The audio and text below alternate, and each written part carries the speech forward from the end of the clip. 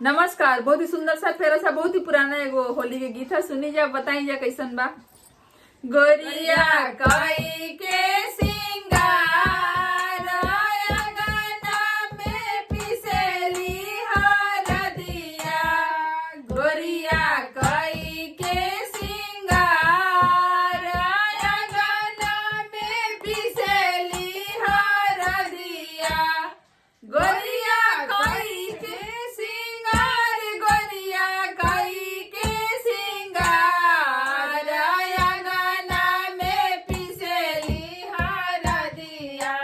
कोई के सिंगार अंगना में पिसेली हरदिया, गोरिया कोई के सिंगार अंगना में पिसेली हरदिया, गोरिया कोई के सिंगार अंगना में पिसेली हरदिया। कहाँ के हवे रामा सिला सिलावटिया, कहाँ के हवे रामा सिला सिलावटिया,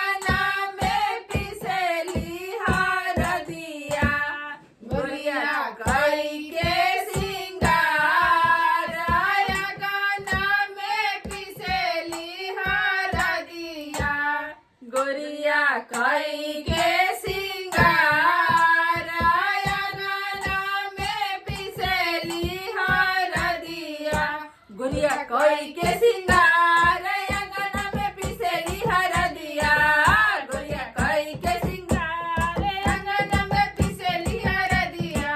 आरा के हवे रामा सिला सिलावटिया,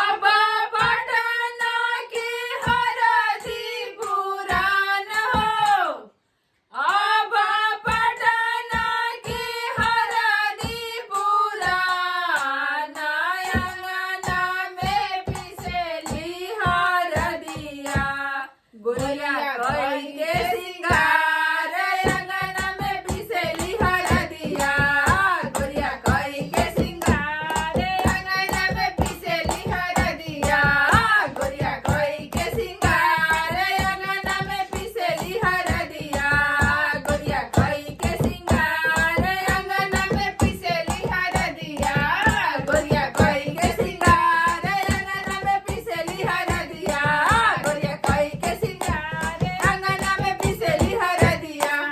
धन्यवाद। गाना अच्छा लगे तो वीडियो के हमनी के शेयर करी जा, लाइक करी जा, चैनल पर नया बनी जा, पहली बार हमनी के देखा तो नहीं जा तो चैनल पर सब्सक्राइब भी कर दी जा, फेसबुक पेज पर नया बनी जा तो फॉलो कर दी जा। धन्यवाद।